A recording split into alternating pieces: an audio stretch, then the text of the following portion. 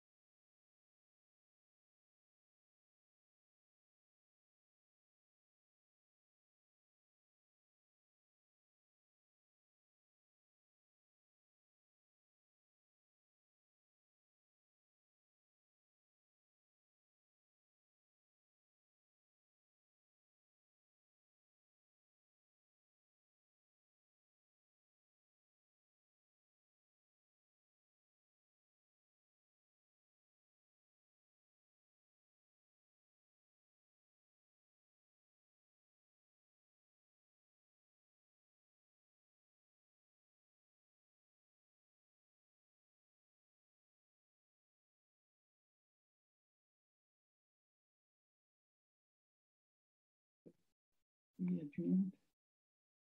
Il y a quand même un peu de monde.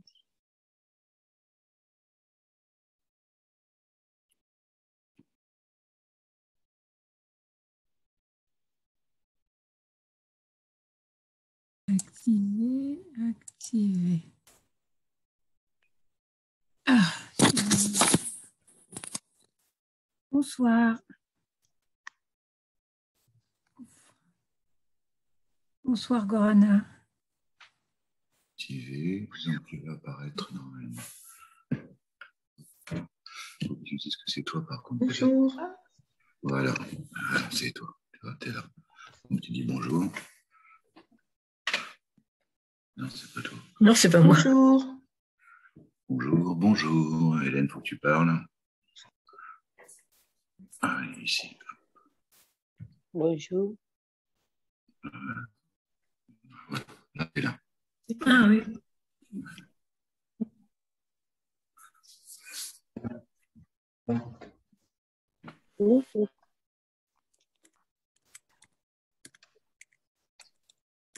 Après, tu dirais l'ordinateur comme tu le souhaites. Voilà, comme ça. Voilà. Non, on voit toutes les personnes défilent, alors, c'est ça? Personne t'entend normalement. Si le micro, si jamais tu veux. Bonjour, tu dis bonjour pour savoir si t'as entendu.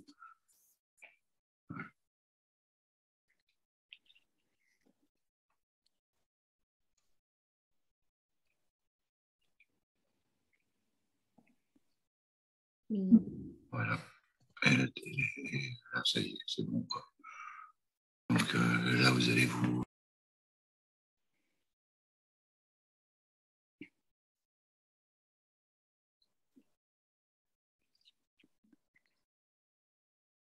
On attend, bonjour à tout le monde. On attend encore 5 minutes et on commence.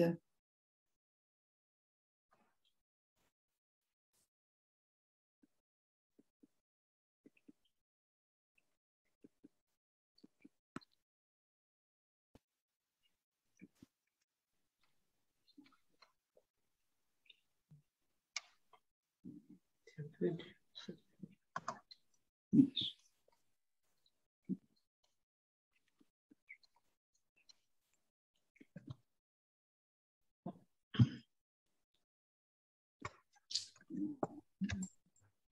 mais voilà pourquoi j'apparaissais pas. Pourquoi? Ça va là? On te voit, Philippe. Ah, bah, il fallait appuyer et désactiver le son. Ah, d'accord. Mais moi, je ne me vois pas du tout. Si, on se voit. Bon, c'est la première fois que je fais ça. Là. Et quand on parle, vous entendez là? Oui, Alors, il faut désactiver le son alors. on va désactiver dans 2 minutes. D'accord. Ah, ben voilà, voilà. Très bien. Oh, je vais bien récupérer.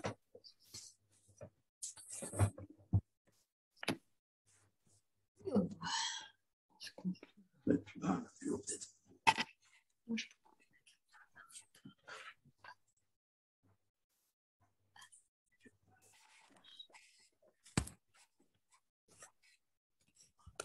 Voilà, bien. Bonjour.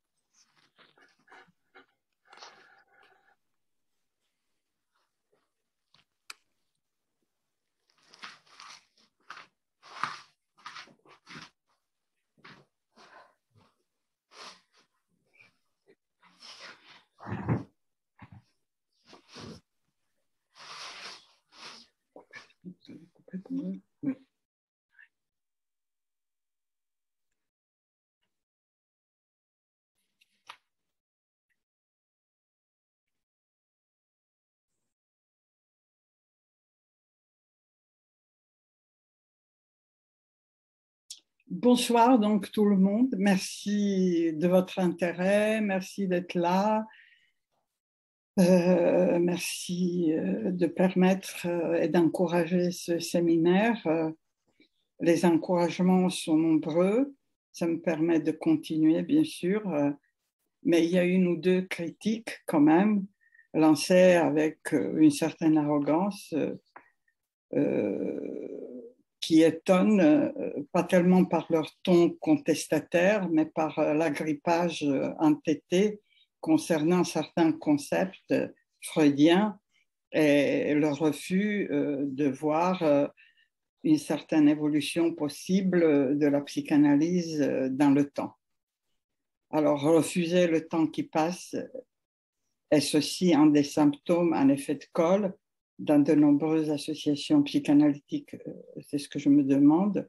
Accepter notre finitude, finalement, pour mieux rebondir dans ce qui nous est vital, accepter de prendre en compte des changements sociétaux, de prendre en considération ce qui a changé après la mort de Freud et de Lacan, apprendre de nos expériences cliniques et développer certains moments analytiques.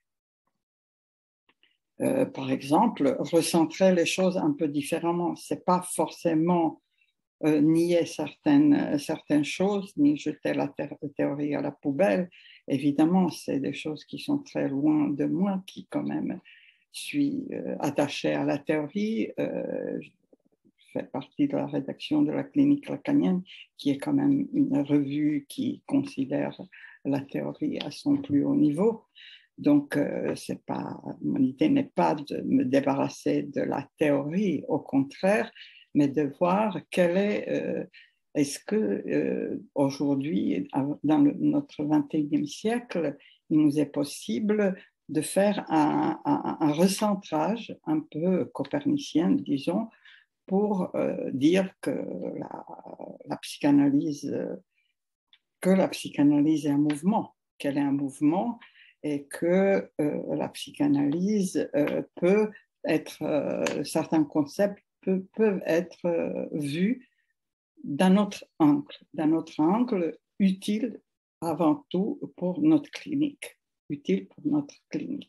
parce que nous ne pourrons pas travailler aujourd'hui comme nous avons travaillé il y a quelques décennies ou il y a un siècle, évidemment, par rapport à justement à la question d'abord féminine et par rapport à la question aussi qui concerne l'inceste, qui concerne pas mal de choses qui se dévoilent aujourd'hui à partir des acquisitions, des luttes qui amènent un peu plus de justice dans notre monde.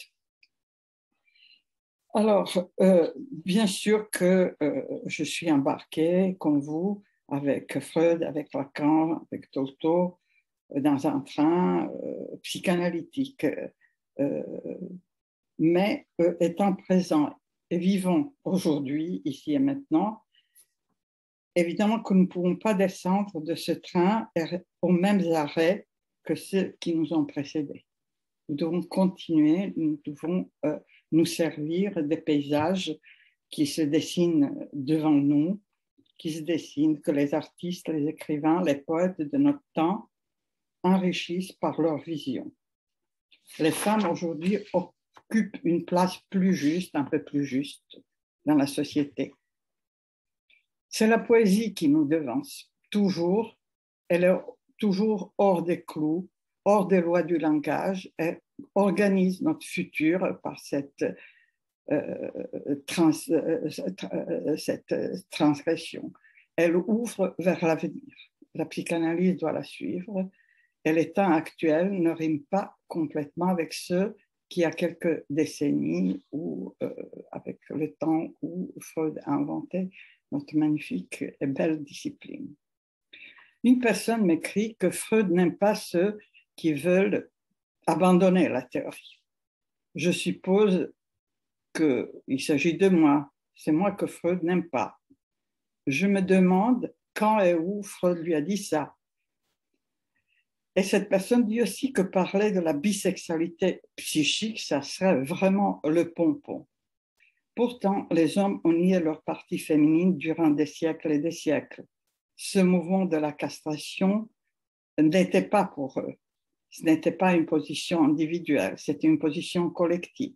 La société, la religion leur octroyaient cette place de supériorité anatomique naturelle.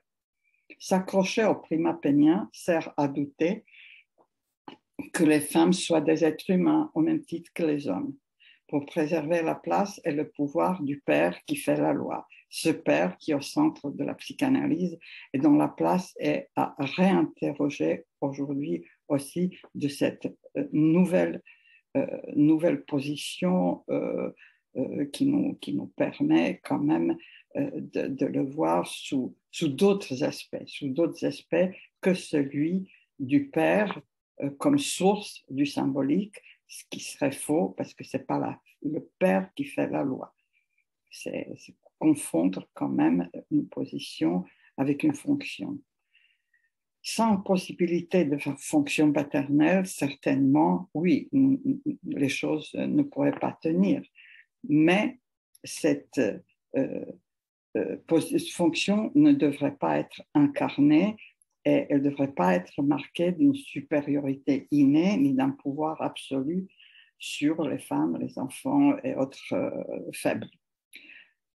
Loin de nier sa fonction, la nécessité de la présence de ce tiers pour l'enfant est évidente. Elle interroge Oedipe autrement en le posant entre un premier Oedipe où le père de l'ordre primitif est un simple discours qui fait irruption dans notre psychisme et qui est vécu comme un ogre, un monstre, un animal plus ou moins sauvage et dangereux, et le papa qui doit se dessiner à l'adolescence, doit apparaître à l'adolescence, ce papa qui autorise l'enfant à le dépasser sans qu'il vive ce dépassement comme une agression de son enfant, comme une rivalité, comme une déstabilisation de sa place de père tout-puissant incarné par son propre vœu parricide.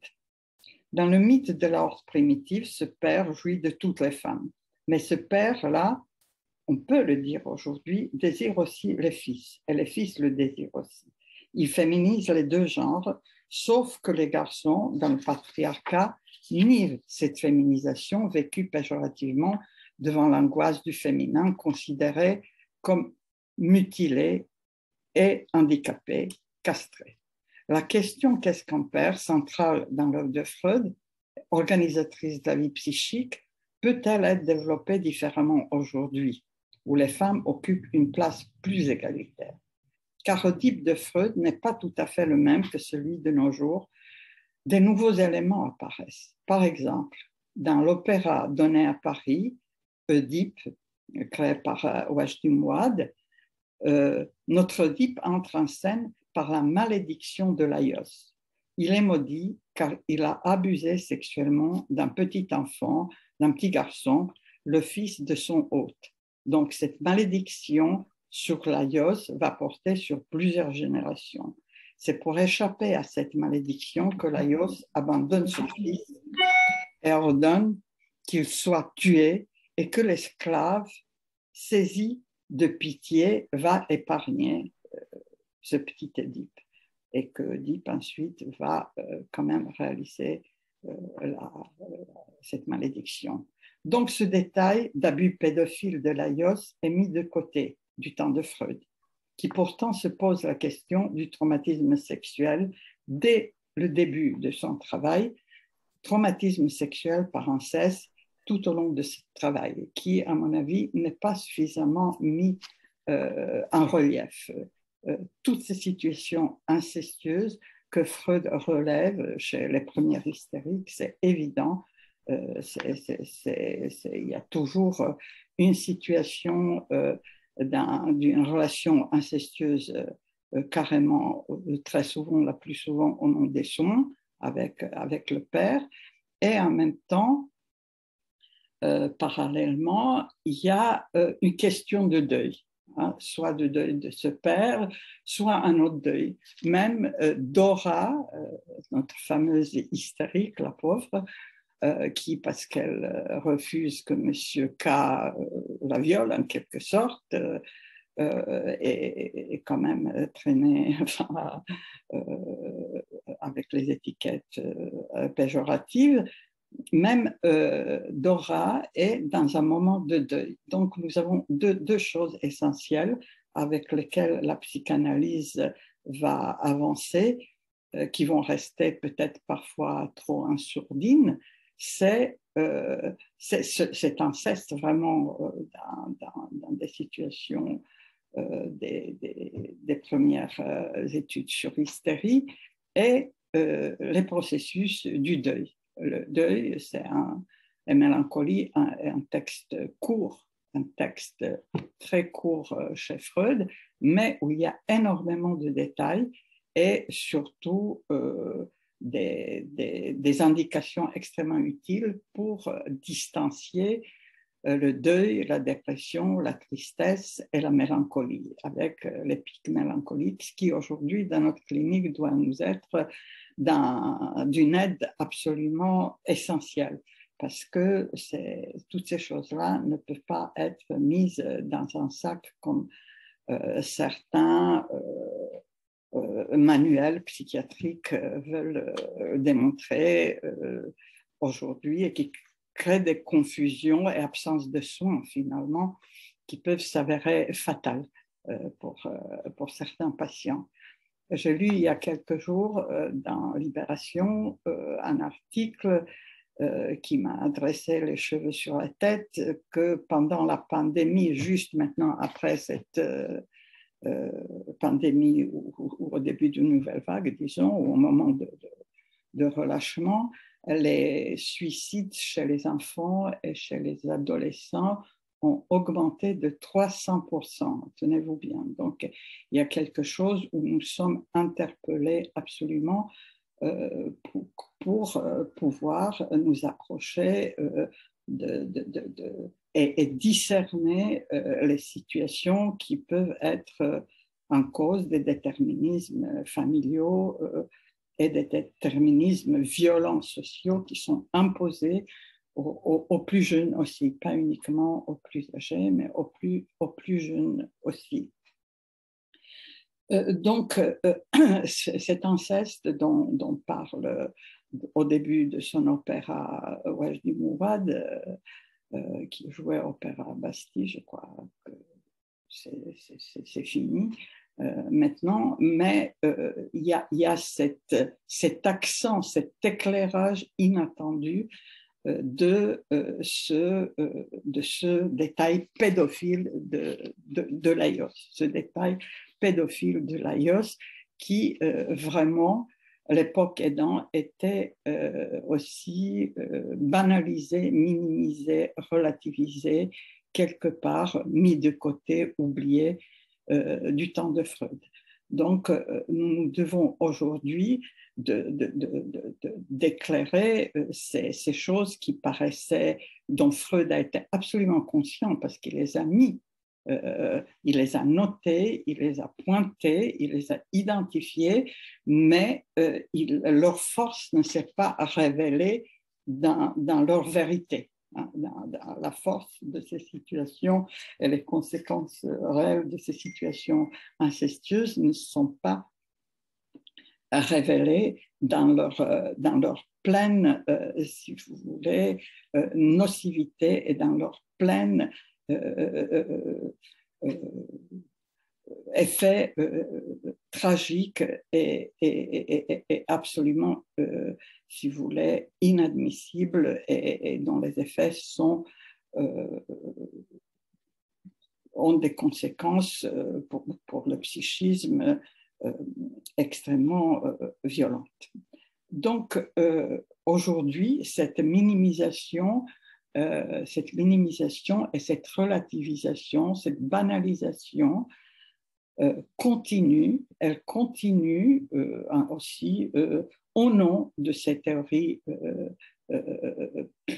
un peu pures, d'une pureté et d'une application des théories telles qu'elles existaient il y a quelque temps, donc, et dans la conservation de ces théories telles quelles pour les appliquer aujourd'hui et du coup évacuer ce qui est peut-être le cœur de notre travail, ce qui devrait être vraiment l'essence de notre travail.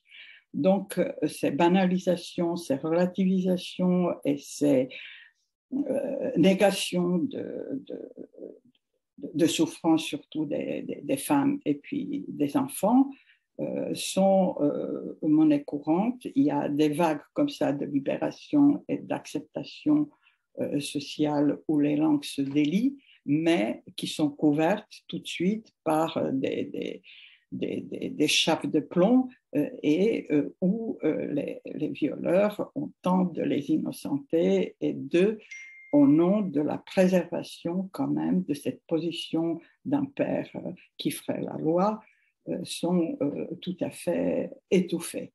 Alors, voilà.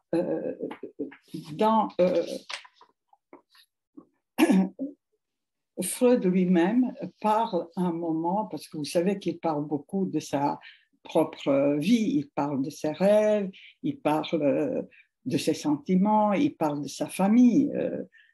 La psychanalyse, il l'applique vraiment à lui-même. Il a ce courage et cette honnêteté de le faire d'une manière tout à fait décente. Et à un moment, Freud dit je ne pense pas que mon père a été un grand pervers, puisque le père de Freud aussi a été soupçonné d'avoir d'un abus sur un cousin de Freud. Voilà. Freud dit je ne pense pas qu'il a été un grand pervers. Donc cette question de perversion continue quand même à ce qualificatif de pervers correspond quand même aujourd'hui, on peut le voir, à une attitude plutôt courante, normale, d'une défense exagérément cruelle du primat pénien, considérant la femme comme seule castrée des deux genres, celle qui portera et encaissera les failles de l'autre masculin.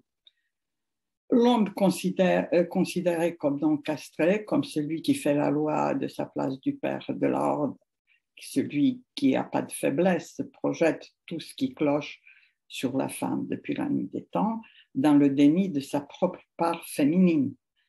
En fait, il craint de devenir comme elle, estropié, de perdre son pénis qui lui permet d'être facilement dans une position sociale supérieure à celle qu'elle ne l'aurait pas, cet organe.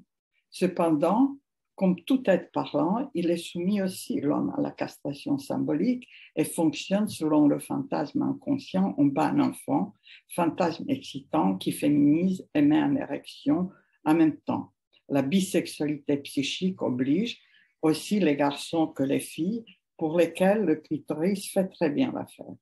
La séduction préside au meurtre symbolique du père. Ce père est tué par les garçons et par les filles, car c'est lui qui bat. C'est lui qui est ce tiers qui séduit et qu'il faut tuer symboliquement avant l'étreinte incestueuse, l'étreinte mortelle. Or, le déni de la castration chère au pervers devient possible avec le pénis fétichisé et considéré depuis la nuit des temps comme étant avantage naturel des hommes et dont les filles sont privées. On voit des pervers narcissiques partout. Ce sont des hommes comme les autres. Il suffit de les aimer un peu, me dit une patiente venue en analyse, car se sentant extrêmement déprimée. Oui, elle était prête à rester éternellement dans l'ombre, hors existence propre, pour mettre en lumière son compagnon qui ne supportait pas de la voir briller, ni dans son travail, ni dans la société. Je m'aperçois que je fais comme ma mère avec mon père, mais rien de grave, ça a bien marché, donc je continue, affirme-t-elle dans une des premières scènes. Lorsque j'ai souligné le mot ombre de manière questionnante, j'ai pensé à toutes ces femmes qui ont vécu qu'en fonction de leur mari, économiquement dépendantes, pieds-mains liés. Si elles voulaient vivre, elles devaient obéir et se taire. L'époque ne laissait pas le choix. La femme devait être seulement mère, elle devait laisser à l'homme l'intelligence de la vie professionnelle, intellectuelle, artistique, être heureuse seulement par procuration. Et encore. Ma patiente paye aujourd'hui pour cette époque dont les restes sont si présentes dans notre quotidien et contre lesquels nous nous devons de lutter. C'est extrêmement répandu, c'est que de comètes, ces poussières, soi-disant, qui restent des changements énormes où on se contente de dire que les femmes aujourd'hui, évidemment, elles sont égales aux hommes. Il y a ces restes, cette poussière-là qui se répand, qui s'insinue partout et dont parle d'une manière peut-être inhabituelle et assez de manière qui devient pour nous vite assez insoutenable, Christine Angot, dans son dernier roman, Le voyage dans l'Est, qui a obtenu le prix Médicis récemment. Je vais revenir à ce que dit Christine Angot tout à l'heure. Je continue avec l'expérience de ma jeune patiente. Lorsque je soulignais le mot ombre de manière questionnante, j'ai pensé à toutes ces femmes qui ont vécu qu'en fonction de leur mari. Donc, je pense aussi à la grande artiste que vous connaissez peut-être, qui s'appelle Marina Abramović, et qui remarque qu'il y a actuellement une multitude de femmes galéristes dont la vocation reste d'exposer et rendre visibles des œuvres qui sont celles des hommes, toujours beaucoup plus nombreux à être connus et admirés comme peintres. La vocation de ces femmes galéristes est de mettre en valeur le talent des hommes, constate-t-elle. Ce domaine est loin d'être le seul où les femmes sont reléguées au second plan. Ma patiente est mère de 3 enfants. Bien que diplômée d'une grande école, elle travaille que quelques heures par semaine. C'est elle qui se charge de conduire les enfants à l'école, aux différentes activités dictées par son mari, brillant chef d'entreprise. C'est lui qui décide de toutes les dépenses aussi, des menus qu'elle doit cuisiner, des programmes des vacances, et qui l'humilie en privé, en public, car elle est si sombre. Dans le mot sombre, il y a ombre, me dit-elle. C'est vous qui m'avez attiré l'attention sur ce mot si étrange finalement. Je dois accompagner mon mari au spectacle, c'est lui qui l'a choisi. Regarder des films d'horreur et de guerre qui ne m'intéressent pas. Il n'est pas question non plus que je choisisse un programme de télévision. Il s'absente de la maison et rentre quand il veut, part en déplacement, plusieurs jours de suite, sans donner de nouvelles, car il veut être tranquille. Et je dois écouter des heures ses monologues lorsqu'il parle de son travail ou de ses opinions politiques. Nous n'avons plus de relations sexuelles ou rarement que sur un mode brutal. Seulement lorsque je suis endormie, c'est très violent pour moi. Est-ce que c'est à cause de ça que je suis dépressive, me demande-t-elle. Pourtant, je l'aime énormément, il est si beau, il sait si agréable et drôle aussi. Nous sommes une famille modèle pour tous nos amis. Oui, c'est bien lui, l'homme, qui maîtrise, ou du moins qui essaye de contrôler toute possibilité de désir chez son épouse. Effrayé par la femme, il la considère comme handicapée, mineure, car dépourvue du précieux bout de chair qui lui seul possède entre ses jambes. Lorsque j'ai mis en question le comportement de ce mari dont l'attitude relevait sans aucun doute d'un harcèlement insoutenable, un pouce suicide, car elle avait des idées noires qu'elle préparait même minutieusement, ce qui était assez effrayant, souvent, puisqu'elle essayait aussi de lui prouver qu'une autre femme, son assistante, bien plus jeune et plus belle qu'elle, était si parfaite et meilleure en tout. Elle n'a pas voulu rien entendre. Elle ne s'est pas représentée à sa séance suivante. Elle est revenue quand même quelques semaines plus tard, se sentant de plus en plus mal, complètement détruite, défaite. En pleurs, elle m'a raconté que son mari a été accusé de plusieurs viols et harcèlements sexuels sur son lieu de travail par de nombreuses personnes, dont la fameuse assistante. Les policiers sont venus prendre son ordinateur à la maison, l'interrogeaient elle aussi. J'avais honte pour lui, j'ai voulu me jeter par la fenêtre. Je ne sais pas comment ils m'ont empêché, me confiait-elle en larmes. J'ai envie de disparaître sous terre. Il est évident qu'elle portait la honte pour lui, comme souvent, car c'est les victimes qui portent la honte des bourreaux, qui, eux, n'y sont pas coupables.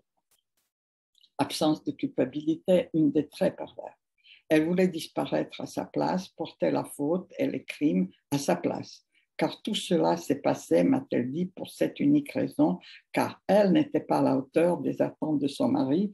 Il lui avait tant répété qu'il avait déçu, qu'il s'est trouvé obligé de chercher ailleurs. C'est le fait de violer d'autres femmes, comme il le faisait avec vous endormi, que vous appelez chercher ailleurs, lui ai-je demandé, vraiment énervé. Mais je ne peux pas le quitter maintenant qu'il est en prison. Ça serait trop cruel, rétorqua-t-elle effrayée. Vous avez toujours peur de lui, n'est-ce pas? Je lui ai dit. À ce moment, elle me regarda avec les yeux pleins de larmes et de colère aussi. Comment ai-je pu être aussi naïve et si longtemps?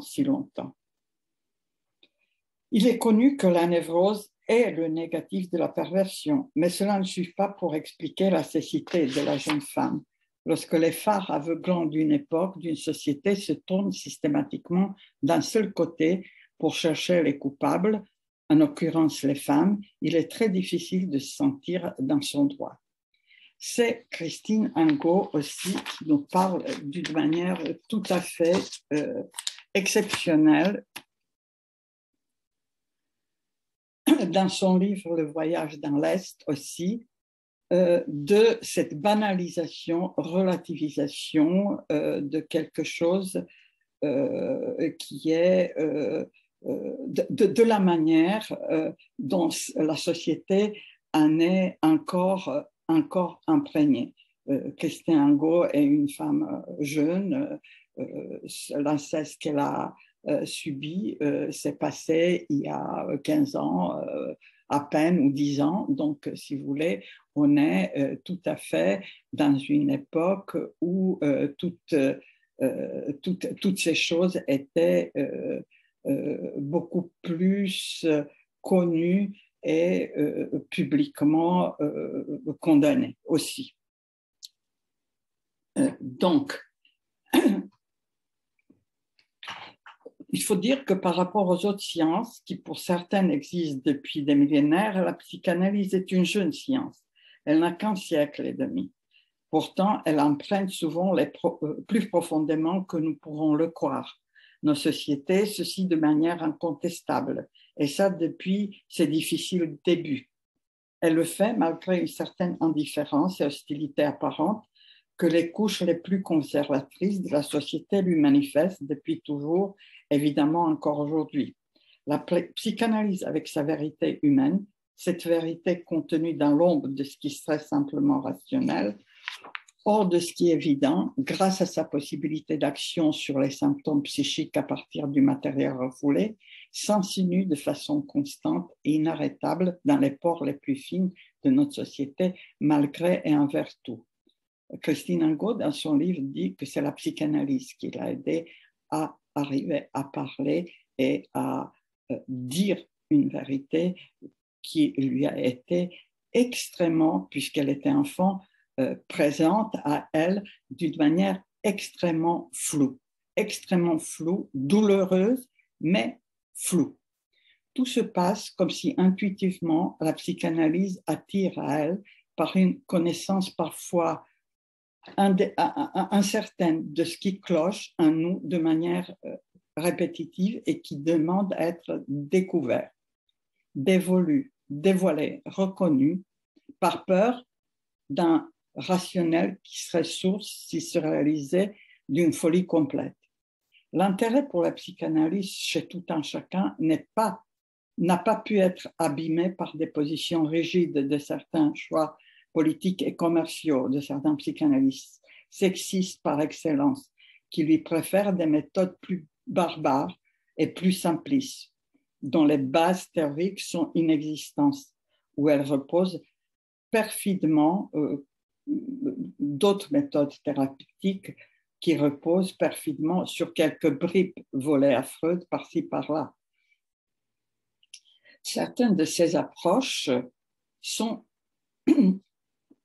inexistantes, oui. Certaines de ces approches vous expliqueront que les causes des souffrances de votre vie sont dans vos gènes, dans votre cerveau, dans votre sang. Comme certains d'entre vous, je reçois régulièrement ces parents très accrochés à l'idée que l'agitation de leur enfant, ses pleurs, ses cris, ses désobéissances sont provoquées par une cause organique simplement. Mais il est comme ça, on n'y peut rien. Ce n'est pas la peine de nous poser trop de questions, même si c'est commode dans un sens, parce que c'est innocent, déculpabilise, soulage évidemment. La psychanalyse comme recours valable persiste en arrière-plan comme un horizon qui s'ouvrira sur notre vérité pour la dénicher, la reconnaître, l'éclairer. Cette difficile vérité tapie dans un décor fait de faux semblants en carton-pâte couvert de mensonges. Mais ce métier impossible, comme le dit Freud, ne repose pas sur un apprentissage livresque. Il ne relève pas non plus de l'art de l'improvisation, ni sur les ressentis irrationnels sans aucun lien avec un corpus théorique sérieux. La psychanalyse possède une théorie, loin de moi de la jeter aux orties, comme on m'avait reproché. Elle repose et peut être avant tout l'obligation de soumettre à l'expérience analytique pour celui qui veut travailler comme analyste avant de mettre son nom sur la plaque dorée devant sa porte. Freud était un médecin. La théorie qu'il a construite est solidement développée et argumentée. Sa clinique est passionnante, mais elle appartient, pour une certaine part, qu'il faut identifier à une autre époque. N'en déplaise à Popper, la psychanalyse est réfutable. Il y a des hypothèses, des concepts qui sont à travailler sous des angles nouveaux. surtout celui qui concerne le féminin. La bisexualité psychique, qui diffère de la bisexualité organique, prônée par son ami Fliss, évidemment, est présente dès le début de ses travaux chez Freud. Elle ouvre une porte à explorer aujourd'hui qui, à sa manière, était mise en évidence par Judith Butler, qui l'a remise dans l'actualité pour que les psychanalystes puissent s'en saisir d'une autre façon. La psychanalyse est matière vivante, mouvante. Elle n'est pas faite pour reproduire dans les moules éternels son travail, mais se développer et réfléchir sur le phénomène nouveau de notre société. Gérard Pommier dit par exemple que sans la bisexualité psychique, il serait difficile de comprendre les concepts clés de la psychanalyse, comme celui de la castration. Car d'un côté, un garçon est féminisé par son père castré, mais de l'autre, cette féminisation le masculinise car elle excite et provoque une érection. La castration est l'équivalent de la bisexualité psychique, écrit Pommier, d'un féminin révolution sans fin.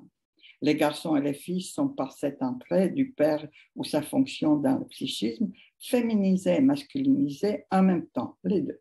Les uns, selon le genre qu'ils choisissent, se féminisent plus ou moins. Mais nous possédons tous ces deux aspects dans notre psychisme. Les garçons et les filles sont par cette entrée du père et sa fonction dans le psychisme donc féminisés et masculinisés en même temps. Leur existence est d'abord masculine, car l'existence du sujet demande une action phallique, une position active du sujet. Mais le côté féminin, la résistance, la partie féminine existent chez les deux genres. Évidemment, plus pour les garçons, pour lesquels l'organisation sociale patriarcale des trois monothéismes offre un appui au mensonge d'une confusion entre la loi symbolique et le père qui ferait la loi. L'homme doit être père, c'est ça qui est son destin, un père pour ses enfants, pour sa femme, traité pendant des siècles et des siècles comme une attardée mineure. Même Freud, pourtant ouvert aux questions féminines, écrit des choses péjoratives concernant les femmes, on le sait. Il ne faut pas, par exemple, qu'elles travaillent, qu'elles risqueraient de faire concurrence à leur mari, dit-il, etc. Mais on ne se demande pas, ni même Freud, si les hommes ne font pas concurrence aux femmes lorsqu'ils s'expriment à leur place ou lorsqu'ils leur interdisent de s'exprimer. Mais Freud était un homme de son temps, je l'ai déjà dit, comme nous tous, un homme de sa culture, de son époque. Cela ne lui enlève pas la génialité de son œuvre et sa découverte de la psychanalyse comme méthode liée à la possibilité d'accéder à l'inconscient, de le débarrasser des jouissances perverses, sadiques, celles d'abus et de pouvoir. On bat un enfant.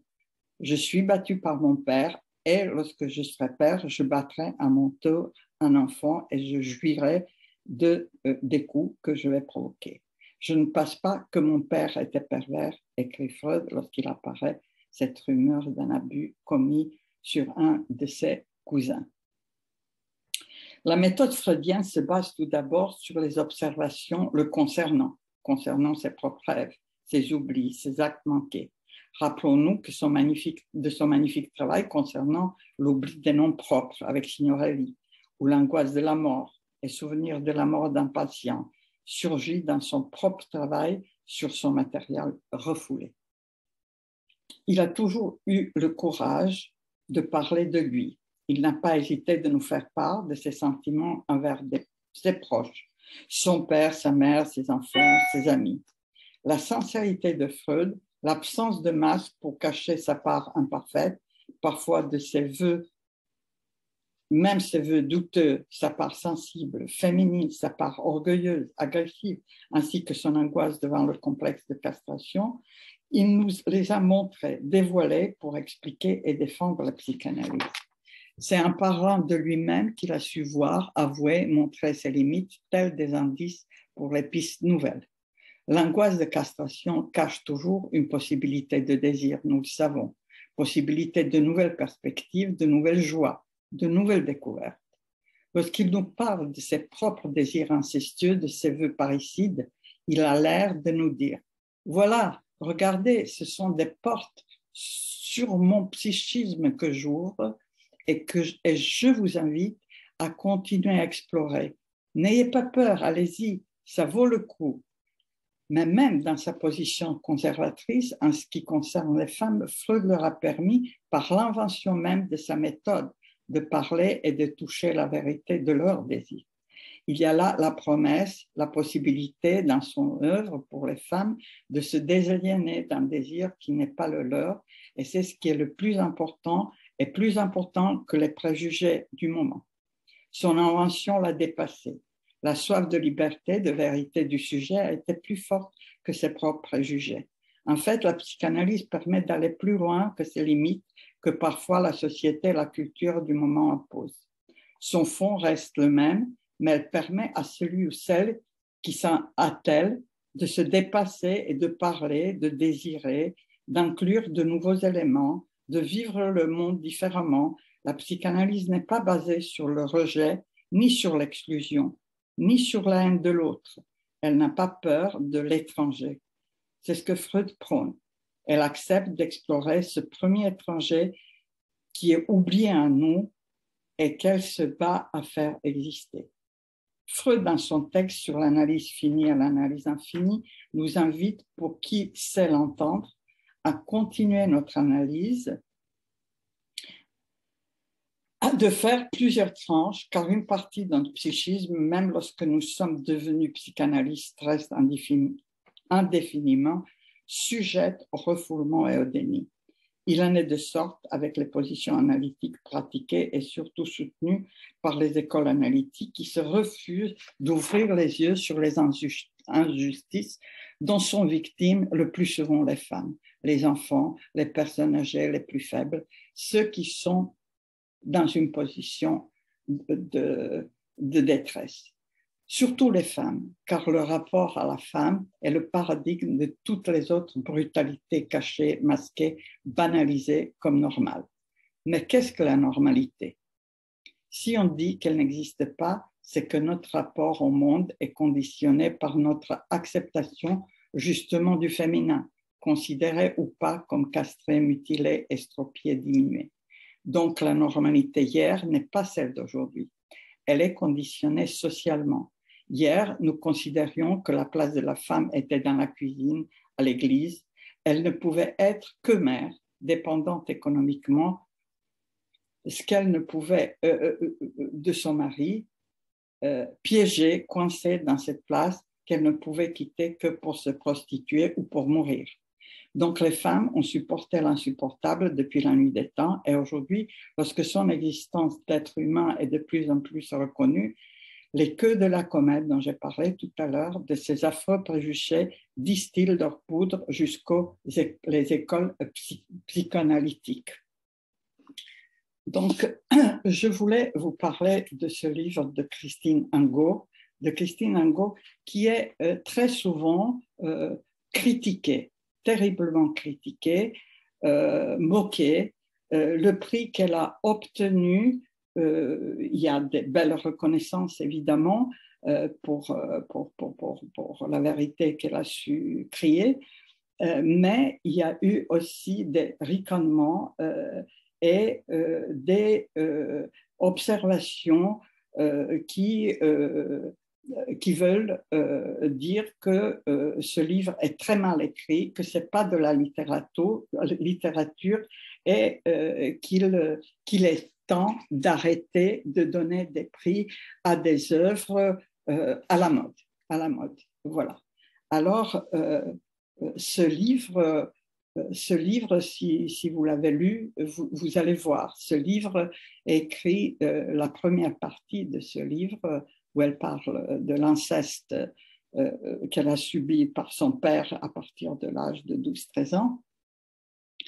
Elle parle, on voit absolument que lorsqu'elle écrit, c'est un petit enfant que l'écrit. Elle parle de ce qu'elle a subi avec une certaine raideur, avec beaucoup d'angoisse, et en comprenant pas absolument, elle peut dire ce qui s'est passé, elle peut reproduire, écrire des gestes qu'elle a subis, mais il y a une angoisse et une séparation avec sa propre présence et sa conscience dans ses actes. Ça glace vraiment le sang dans les veines lorsqu'on lit ça, lorsqu'on lui reproche, par exemple, une absence d'imaginaire ou de fioriture, peut-être, ou de belles descriptions de paysages, peut-être, où ça se passerait.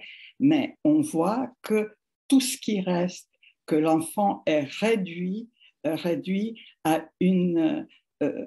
quelque chose qui est extrêmement près de la mort. C'est ça, la mort psychique, où l'enfant est absolument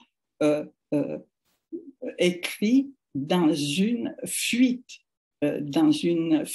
angoissée devant elle-même. Elle se fuit elle-même dans quelque chose qu'elle est obligée, ou elle se trouve obligée d'accepter, et qu'elle accepte et qu'elle ne veut pas accepter, mais qu'elle accepte pour ne pas perdre son père.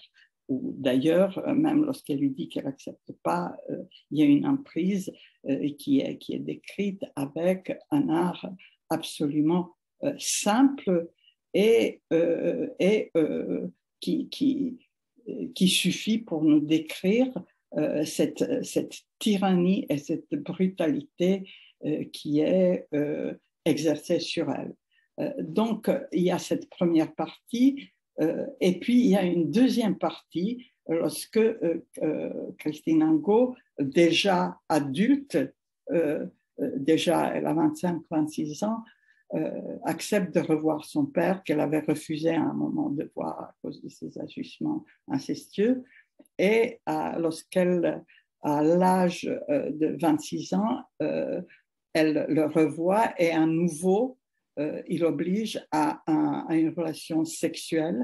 Et c'est à partir de ce moment-là qu'il y a, et grâce quand même aussi, on le voit en filigrane, grâce à son travail aussi analytique, et qui est critiqué et qui est rejeté aussi au même titre que cet inceste est banalisé et relativisé comme quelque chose qu'on ne sait pas s'il est vraiment interdit ou pas. Donc c'est là où c'est aussi très intéressant pour nous. Elle dit, dans la loi, l'inceste à l'époque n'existait pas comme... Il n'était pas interdit. Le mot inceste n'était pas inscrit dans la loi. Il vient d'être inscrit il y a quelque temps seulement. Et puis, il y a ce moment où l'inceste, où elle veut porter plainte. Donc, ça, c'est quand même un moment extrêmement important pour nous, important pour la vie psychique absolument humaine, où elle veut porter plainte, elle va au commissariat, et au commissariat, on lui dit que comme il n'y a pas de témoin, il y aurait certainement un non-lieu, donc comme si ça ne s'était pas passé. Et c'est là qu'il y a une réflexion sur le fait sur ce qui se passe dans la société à partir du commissariat et à partir du moment où elle essaye d'écrire aussi, où elle propose son premier écrit sur ce qui s'est passé, cet inceste avec son père, où on lui demande de ne pas mettre son nom. Voilà. C'est-à-dire, elle dit qu'elle était dépossédée de son enfance, elle est dépossédée de sa filiation par le père qui était plus un père puisqu'il se comportait comme un amant, et elle est dépossédée par les éditeurs, et de fil en aiguille, on voit tout un entourage qui se défile, tout un entourage qui se tait, si vous voulez, qui est une coupe sociale vraiment extrêmement précise et fine, et qui nous montre comment une société peut supporter ce défilé, chacun avec ses raisons, devant les souffrances infligées, incestueuses, affligées à un enfant. N'oublions pas que l'inceste est la base de notre humanité et que si l'inceste n'était plus tabou ou était pas l'interdiction d'inceste n'était pas respectée, le chaos évidemment régnerait sur terre. Donc quelque chose de ce chaos, de cet enfer, de cette inhumanité est présent extrêmement bien et avec seulement quelques indications, quelques touches montrées par Christine Angot dans ce roman. Et ce qui est intéressant pour nous, peut-être les membres de la Fondation européenne un peu plus, qui se battons pour que l'interdiction de l'inceste soit figure dans la Constitution, c'est que ça révolte lorsque on lui répond à un moment que le consentement à l'inceste pour les mineurs jusqu'à 18 ans ne marche pas, mais à partir de 18 ans, elle était considérée comme consentante. C'est-à-dire un inceste, une emprise commencée beaucoup plus tôt, peut être considérée comme consentante à partir de l'âge de 18 ans. Donc, c'est là où il y a presque un plaidoyer qui est beaucoup plus que plaidoyer pour sa propre cause, pour sa souffrance, pour sa vie saccagée, un plaidoyer pour la part d'humanité en nous, chacun de nous, à défendre avec cette position par rapport à un inceste permis comme puisque commis entre les adultes. Alors,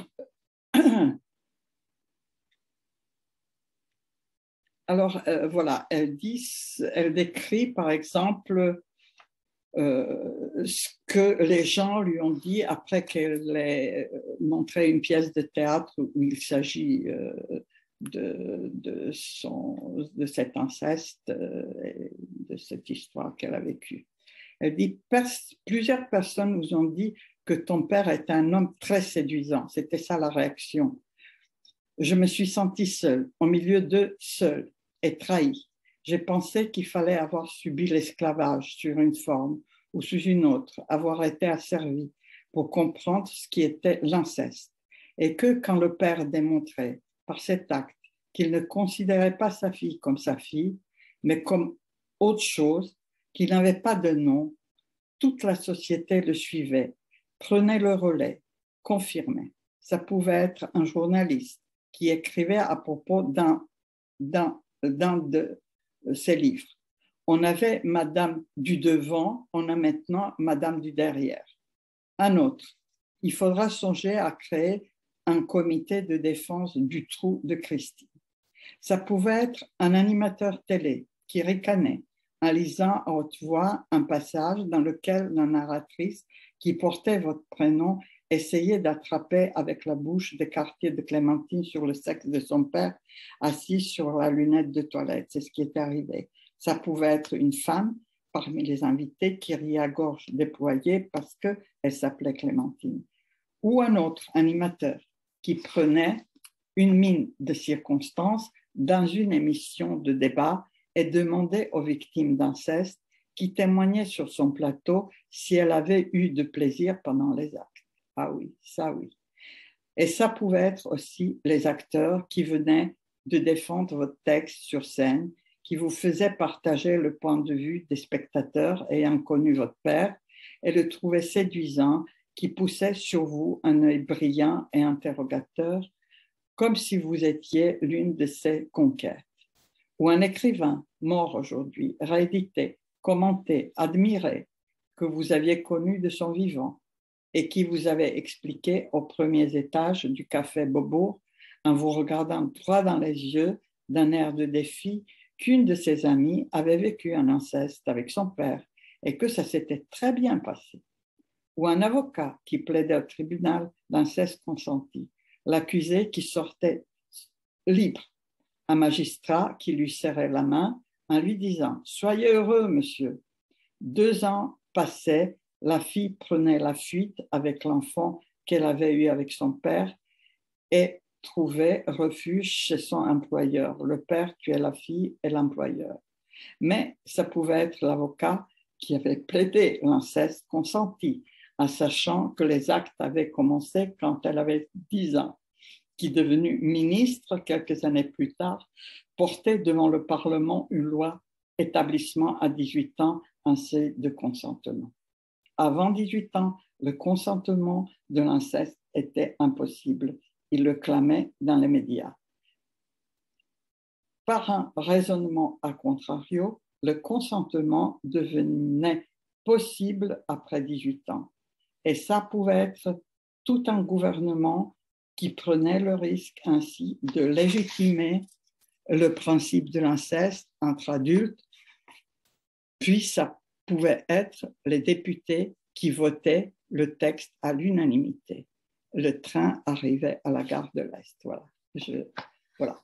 Donc, il y a quelque chose, si vous voulez, qui reste, même pour nous, analystes, la plupart du temps, très, très souvent, banalisé, occulté, relativisé, sous l'injonction de travailler surtout sur le fantasme. Comme si la réalité, évidemment, ne pouvait pas être reconnue dans sa face extrêmement traumatisante. Et ça continue si nous travaillons avec les mêmes outils que du temps de Freud, où la femme ne pouvait pas être autre chose, donc, je l'avais dit tout à l'heure, que mère et femme de l'intérieur soumise à son homme, c'est-à-dire celle qui était frustrée et hystérique, qui vivait dans un rêve du pénis night, d'avoir un pénis, mais de posséder un pénis qui lui donnerait le pouvoir qu'avait l'homme. Donc, si l'analyse devait aujourd'hui, chez les femmes, se résoudre au pénis night lorsque une femme essaye d'exister, c'est une malheureuse analyse. Alors, il y a des choses à faire. Et si elle aussi ne doit pas aller jusque dire la vérité, comme j'ai entendu il y a quelques jours une conférence où on dit qu'il ne faut pas pousser une analyse trop loin, que la vérité n'est pas bonne à dire et que parfois il vaut mieux pas savoir la vérité. Donc, si c'est ça notre analyse, si c'est une adaptation à des normes, si vous voulez, si c'est ça qui nous transmettons à nos jeunes collègues, il y a quelque chose qui fait de la psychanalyse un instrument à s'adapter à des injustices et aux normes, et où la loi symbolique n'est pas plus présente. Donc voilà ce que j'ai voulu dire aujourd'hui. Donc maintenant, la place aux questions ou aux commentaires s'il y en a. Voilà. Merci beaucoup. On peut ouvrir.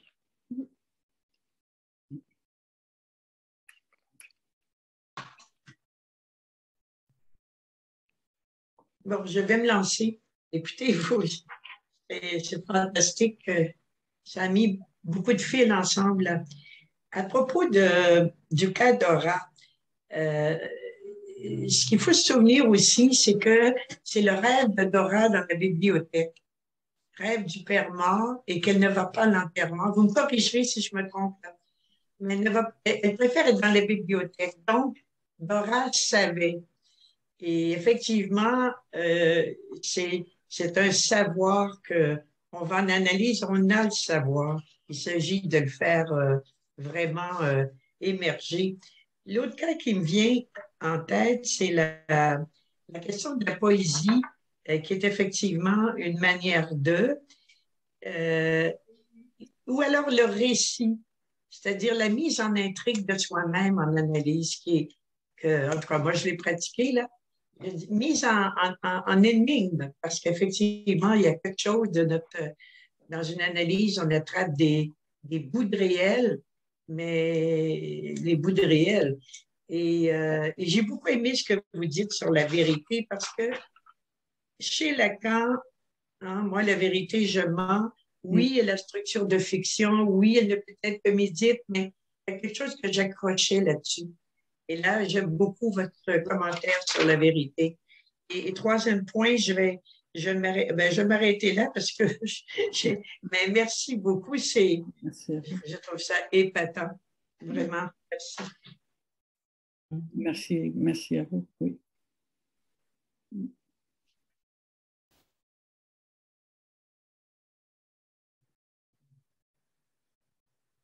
Freud oscillait beaucoup entre le traumatisme, entre la séduction du père réel et la séduction fantasmatique. Il avait commencé en constatant une séduction réelle, et puis il a dit ça aurait fait trop d'inceste quand même. Donc bon, mais il y avait quelque chose qu'il avait quand même réussi, qu'il a dit. Il a dit, donc peut-être aujourd'hui les conditions sont différentes. Je ne dis pas que le fantasme n'existe pas, mais je pense à une jeune femme que j'ai reçue il y a quelques années, qui est venue me voir en me disant qu'elle avait de très grands problèmes elle ne pouvait plus travailler, voilà, elle était assez désorientée, assez mal, confuse, et elle m'avait dit, écoutez, j'ai mes copines qui m'ont dit que si je suis comme ça, c'est que mon père m'a violée lorsque j'étais enfant, et donc je suis allée porter plainte au commissariat. Donc je lui dis, mais est-ce que vous vous souvenez de ça? Et elle m'a répondu que non, pas du tout, mais que les copines lui disaient, écoute, toi, tu as tous ces problèmes, c'est que ton père t'a violé. Je lui ai dit, écoutez, non, il faut quand même voir si ça s'est réellement passé ou pas, c'est pas comme ça, vous pouvez pas accuser votre père comme ça, allez retirer cette plainte et on verra, on va travailler, etc. Puis bon, elle a travaillé pendant un certain temps, voilà, je vous épargne les détails. Un jour, elle a disparu, je ne l'ai plus vue, mais elle m'appelait quand même pour me souhaiter la nouvelle année, et parfois elle m'appelait lorsqu'elle partait à la campagne. Et il y a quelques mois, peut-être un peu plus que quelques semaines, elle m'a rappelé, elle m'a dit, il faut que je vienne vous voir, j'ai quelque chose d'important à vous dire. Je lui ai dit, dites-moi par téléphone. Elle me dit, mais non, non, non, je vais venir vous voir. Donc, je l'ai reçue et elle m'a dit que finalement, son père avait avoué qu'il avait commis un inceste sur elle lorsqu'elle était enfant. C'est absolument une situation incroyable. Il a avoué parce que sa sœur, la sœur de ma patiente, avait remarqué certains gestes inappropriés de ce père sur les petits-enfants. Et donc, c'est à partir de là où il s'est effondré et où toute cette histoire, voilà, s'est confirmée, les dires des copines se sont confirmés. Enfin, c'est assez...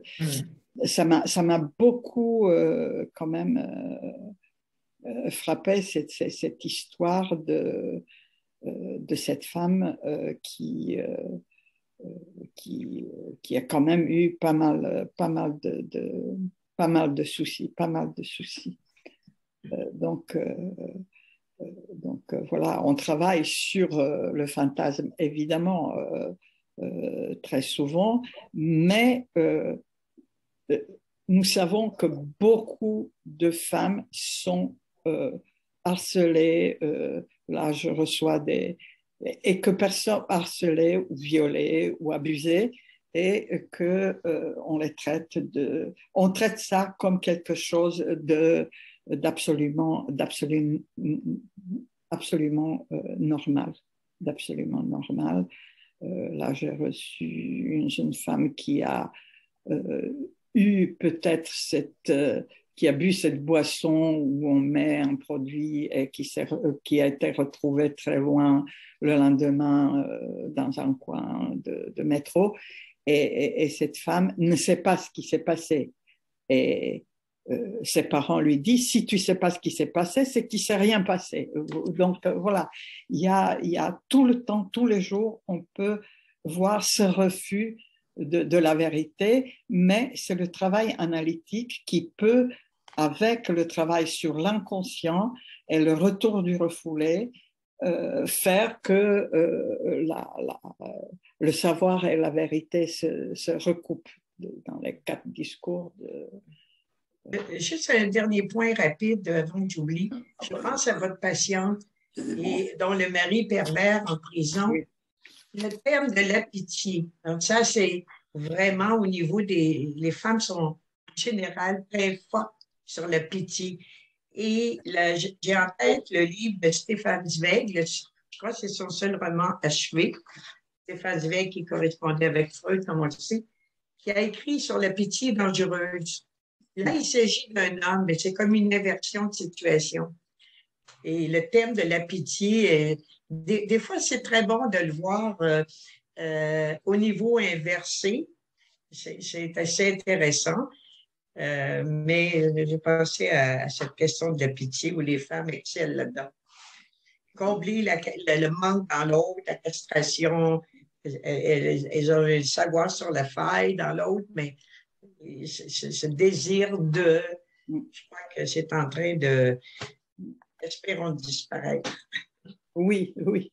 Mais il y a quelque chose aussi, si vous voulez, dans cette position féminine aujourd'hui où les femmes s'emparent quand même de la puissance phallique pour devenir aussi perverses ou puissantes que les hommes, certaines. Donc, il y a des choses à analyser chez les femmes aussi, hein, dans ce pénis, évidemment, mais il y a quand même quelque chose qui socialement, vous voyez même toutes ces personnalités publiques, politiques, universitaires qui sont, ou des enquêtes démontrent qu'il y a eu de l'abus et qu'il y a eu d'harcèlement qui sont étouffés par une solidarité de ces primas de pénis patriarcales et du pouvoir.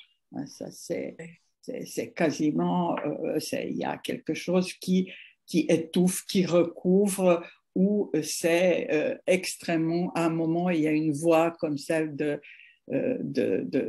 Camille Kouchner, par exemple, qui se lève, mais très vite, ensuite, c'est recouvert et le livre est quand même critiqué sur le plan littéraire, évidemment, ou par ceux qui ne veulent pas le lire parce que c'est trop dégoûtant. Évidemment que c'est dégoûtant, mais il faut savoir accepter de rentrer dans la souffrance de l'autre si on veut vraiment être au clair de ce qui se passe, parce que ne pas vouloir voir, évidemment, est quelque chose qui est très facile et qui prévaut et qui est sauvegardé par le fonctionnement de sociétés analytiques beaucoup, vraiment beaucoup, où la parole lisse ou des analyses comme ça très soft,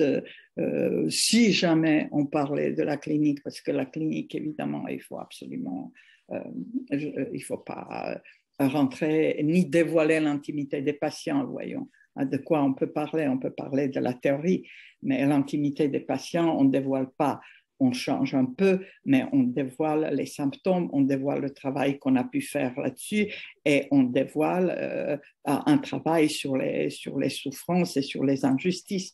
Mais non, ça, il faut le camoufler et la clinique est méprisée comme la femme est méprisée. Il y a quelque chose entre la clinique et la femme qui a un parallèle. Hein. Il ne s'agit pas de dévoiler des noms ou des pans de vie biographiques de certains patients, mais de travail sur certains moments, sur certaines souffrances, sur certains symptômes. Je ne vois pas comment on pourrait ne pas l'aborder si on veut transmettre quoi que ce soit. Hein. C'est absolument, c'est comme ça que ensuite on a des situations insoutenables, des passages à l'acte, des suicides, des tragédies et des catastrophes. Hein. Lorsqu'on dit 300% d'augmentation de suicides chez les enfants et les adolescents, chaque situation là est une situation d'horreur, une situation difficile. Ça ne vient pas de nulle part, évidemment. Mais ça, voilà. Pendant que je vous entends, je vais essayer de parler assez fort, mais pas trop, parce qu'il y a quelqu'un à côté de moi dans la chambre qui dort et qui est malade. Mais pendant que je vous entends, j'ai pensé à... J'ai travaillé pendant pas mal d'années à l'aide sociale à l'enfance et ma première expérience, quand je suis arrivée à l'aide sociale à l'enfance, c'était un mois de juillet et j'ai été nommée pour m'occuper d'une jeune fille qui avait été incestée par son père pendant plusieurs années. Je ne vous vois plus. Je ne vous vois plus. Mais on vous voit, continuez. Ah bon, bah c'est bien, alors je continue. Donc cette jeune fille, elle était dans un hôpital, un service d'adolescence spécialisé, et on avait une réunion d'équipe, c'était le premier jour où j'arrivais à l'aide sociale à l'enfance. Il y avait donc le magistrat qui était là, à l'époque c'était exceptionnel. Le magistrat qui était là, il y avait le service qui prenait en charge la jeune fille au quotidien, et il y avait l'équipe de l'hôpital du Kremlin-Bicêtre, c'était le service du professeur Courtecuisse à l'époque, qui s'occupait de ce genre d'adolescents et qui vivaient des souffrances énormes, entre autres celle de l'inceste, mais il y en avait d'autres. Et il a fallu se battre pour faire reconnaître, cette jeune fille allait mal, et le foyer, ou je ne sais plus, le foyer et la juge avait du mal à comprendre qu'elle avait besoin qu'on lui explique ce qui se passait. Elle avait été incestée pendant des années, des années. Et c'était difficile de faire comprendre à cette équipe que cette jeune fille, on ne pouvait pas lui demander d'avoir un projet. Elle venait d'arriver dans le foyer, un foyer du Val-de-Marne. Et à l'époque, il était question de, quand ces jeunes arrivaient, il fallait qu'ils aient un projet en une semaine pour qu'on voit comment on allait les orienter et où. C'était un foyer d'accueil d'urgence. Et moi, j'expliquais, pour avoir vu la jeune, qu'il fallait du temps, qu'il fallait prendre le temps, qu'elle-même était perdue et que moi aussi, il fallait que je prenne le temps de mesurer ce qui se passait pour elle. Et c'est des membres de l'équipe du professeur Courtecuisse qui ont dit mais qu'ils étaient d'accord avec moi, alors que moi j'arrivais, j'étais une jeune professionnelle à l'époque de l'aide sociale à l'enfance, et c'était difficile de faire comprendre ça, mais je me suis quand même mis à parler devant des gens que je ne connaissais pas trop. Je n'avais jamais travaillé avec un juge pour enfants, je commençais. Et heureusement, il y avait ces membres de l'équipe qui ont pu me soutenir, parce que j'étais à peu près la seule pour dire ça, et soutenue par ces gens-là, heureusement, parce que l'équipe avait pour projet, en une semaine, la jeune, il y avait des entretiens avec elle tous les jours, comme avec d'autres jeunes qui arrivaient en foyer d'accueil d'urgence à l'époque, où il fallait très vite qu'ils disent leur désir. Et comment on peut avoir un désir, et quel désir quand on vient de dire enfin, après de tant d'années, qu'on a été abusé. Et elle-même, je crois qu'elle ne savait pas trop où elle en était, ni ce qui se passait avec toute cette armada dans la prise en charge. C'était très dur. Elle avait vu les policiers, elle arrivait dans un foyer d'accueil d'urgence, elle quittait des frères et sœurs. C'était très, très dur. Et j'ai pensé tout le long, pour vous avoir écouté, à tous ces jeunes dont je me suis occupée qui avaient vécu cela. Et même pour nous, parfois, c'était difficile parce qu'on pressentait des choses, mais les choses ne pouvaient pas être dites en direct, vous voyez ? Et une fois, j'ai été à un jugement où une jeune fille avait vécu des attouchements. Et elle a demandé, cette jeune fille, à ce que le jugement ait lieu à huis clos, parce qu'il était possible que ce ne soit pas à huis clos. Et elle, il fallait faire entendre à l'avocat qu'elle voulait que ce soit à huis clos, parce qu'elle avait honte que ces choses-là puissent être dites devant des gens de l'extérieur. Et j'ai entendu le juge raconter dans les détails ce qui se passait. Ben, dites donc, hein. Je comprenais que la jeune fille n'ait pas envie que tout le monde entende cela. Voilà. Et ce qui m'a surpris aussi dans mon métier, c'est que on était toujours entre le fantasme et la réalité, hein. Et quand j'ai lu Freud au début, j'ai compris et j'ai senti que ça, c'était un problème, il y a plusieurs années, qu'il y avait quelque chose qui avait été... c'était une vraie question, ça. Et que je trouvais que Freud était plus du côté du fantasme, et ça me posait un problème, moi. Ça me posait vraiment un problème par rapport à ma pratique sur le terrain. Parce qu'à l'époque, j'étais éducatrice spécialisée et je voyais beaucoup de cas d'inceste réel. Alors, j'interrogeais beaucoup la psychanalyse à ce sujet. Beaucoup, beaucoup. En tous les cas, merci que vous vous battiez comme ça parce que il va falloir qu'on soit plus. Voilà ce que je voulais dire. Parce que quand on est près de ces enfants-là et qu'on voit les familles, ça existe beaucoup, hein. Beaucoup, beaucoup. Beaucoup, beaucoup. Et ça ne peut pas être parlé. Bien sûr. Ça ne peut pas être parlé et ça ne peut pas être même dit. ce qui s'est passé là avec le rapport Sauvé. Oui, oui. Il y a quelque chose aussi où, voilà, je me rappelle que j'avais un patient dont la femme avait été abusée par le prêtre, mais ce même prêtre avait quand même baptisé mais oui. leurs enfants étaient présents, etc. Il y a quelque chose qui est accepté comme normalité dans cette idée qu'il faut qu'il y ait du père, quoi. Sinon, il n'y aurait pas du père, quoi. Du père, et puis ce qu'il y a aussi, c'est qu'il y a le problème aussi, c'est pour les jeunes que j'ai suivis, certains jeunes, c'est qu'il y avait l'amour mélangé à la maltraitance. Et là, c'est très difficile. C'est très difficile parce qu'il y avait... C'est ça la perversion.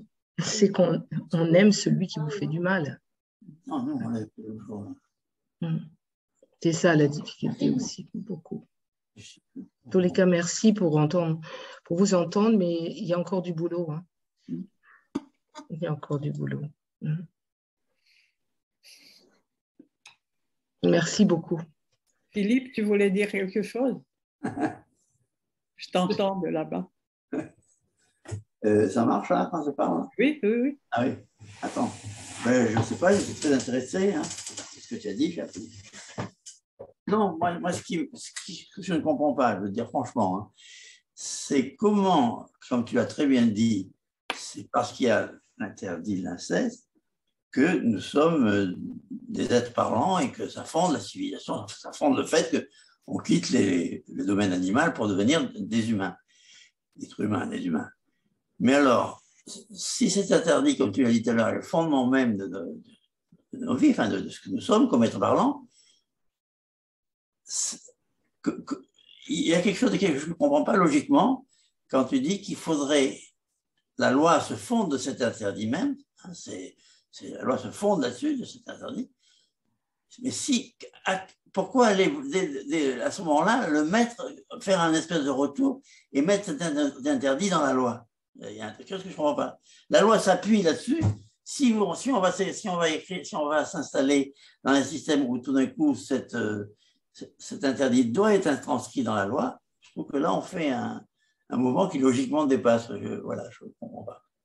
C'est pour que nul ne l'ignore, parce que c'est pour que nul ne l'ignore, parce qu'en lisant le livre de Christine Angot, ouais. on voit vraiment comment son père utilise ce fait que ça soit pas inscrit clairement pour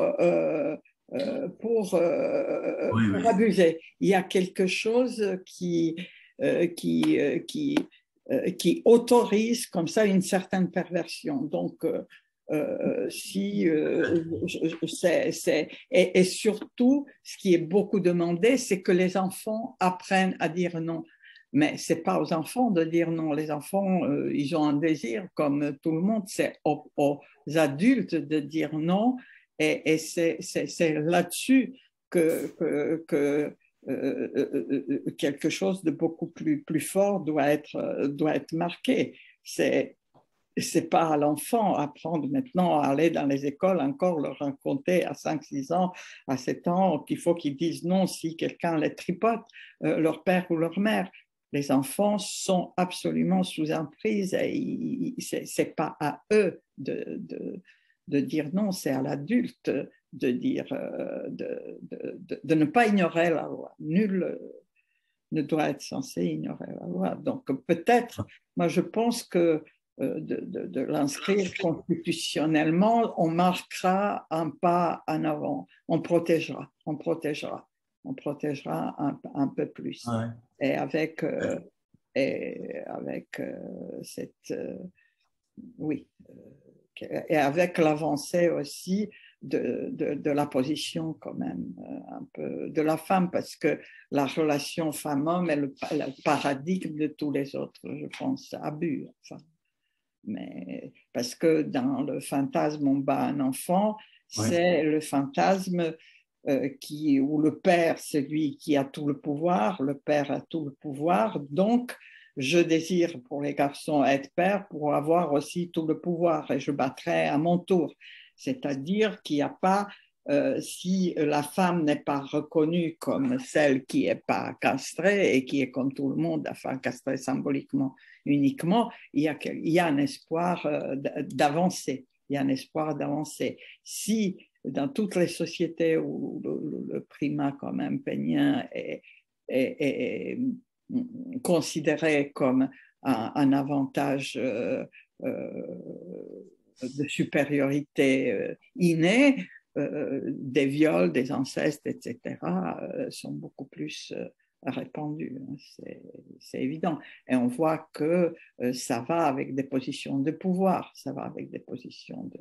Vous avez vu ce qui s'est passé avec cette affaire de, comment il s'appelait, Tron, ou je ne sais plus, ça a duré, les femmes étaient épuisées. Pour prouver quand même quelque chose comme ça, il y a cette association du pouvoir, et il y a quelque chose d'un abus du pouvoir dans la ceste, d'abus du pouvoir, d'abus d'un pouvoir qui est donné d'une manière absolue à une partie de l'humanité de manière sans questionner. Et ça, on le voit, même dans les sociétés analytiques, ceux qui ont des fonctions, des galons, etc., le pouvoir, il y a quelque chose, si vous voulez, qui doit rester à sauvegarder quand même le bon fonctionnement au nom de la psychanalyse, de bon fonctionnement et couvrir les choses qui sont à couvrir pour que ça va contre le discours analytique. C'est le discours du maître qui est l'envers direct du discours analytique, qui est l'envers. Ce n'est pas le discours hystérique qui est l'envers. L'envers direct, c'est le discours du maître, c'est-à-dire la canaillerie. Oui. Et on est dans un monde où voilà, peu de sociétés analytiques se prononcent disent quelque chose par rapport quand même à une autre position de la femme aujourd'hui que du temps de Freud. Très peu. Oui, ça rien à dire là-dessus. Et donc, bon, c'est quand même lamentable que la société soit autant devant nous, autant devant et qu'on est à la traîne. Voilà. Bon, bah écoutez, merci beaucoup. Merci et beaucoup. puis à bientôt. Au revoir. À bientôt, au revoir. Au revoir, Bernard. Merci. Au revoir, au revoir. Merci. Au revoir. À bientôt. À bientôt. on quitte. Ah, ça va très bien. La gauche. Comment ça s'arrête?